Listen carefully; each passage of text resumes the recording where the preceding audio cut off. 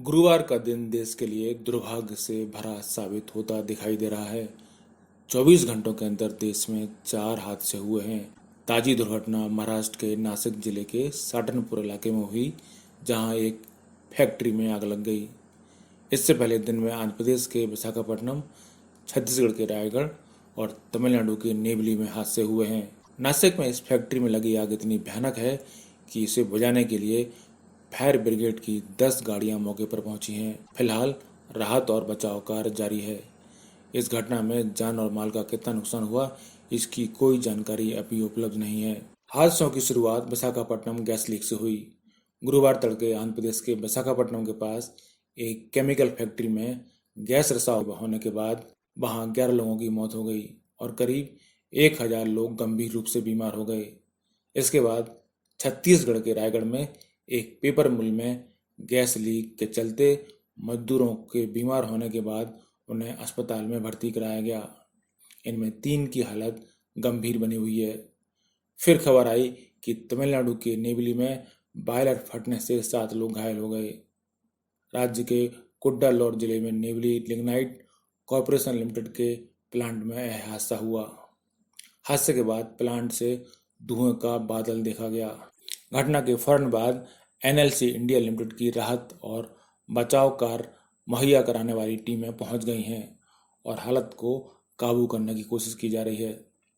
केंद्र की मोदी सरकार ने गुरुवार को कहा कि आंध्र प्रदेश के विशाखापट्टनम में एक रसायन फैक्ट्री में गैस रिसाव होने के बाद वहां एनडीआरएफ के सीबीआरएन यानी रसायन, जैविक, रेडियोधर्मी और परमाणु विशेषज्ञों की एक टीम और मेडिकल विशेषज्ञ भेजे गए हैं।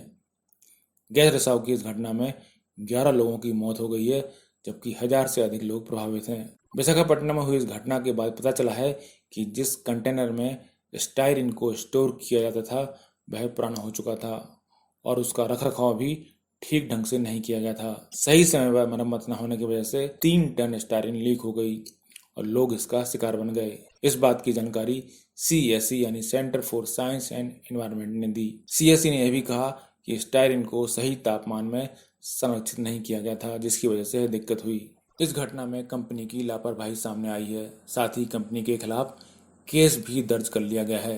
राष्ट्रीय आपदा मोचन बल यानी एनडीआरएफ के महानिदेशक एसएन प्रधान ने बताया कि गैस रिसाव से 20 से 25 लोगों की हालत नाजुक है।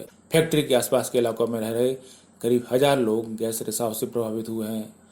संयंत्र के 3 किलोमीटर के दायरे से 200 से 250 परिवारों के लगभग 500 लोगों को सुरक्षित स्थानों पर पहुंचाया गया है। अधिकारियों की ओर से बताया गया कि जो गैस लीक हुई वह स्टायरिन है और घटना स्थल विशाखापट्टनम से करीब 20 किलोमीटर दूर है। उन्होंने कहा कि यह जहरीला और मानव स्वास्थ्य के लिए नुकसानदेह है। लीक हुई स्टायरिन गैस एक ऑर्गेनिक कंपाउंड है। यह एक सिंथेटिक केमिकल है जो रंगहीन लिक्विड के रूप में दिखता है। हालांकि काफी समय तक इस गैस को रखा जाए तो यह हल्के पीले रंग की दिखती है।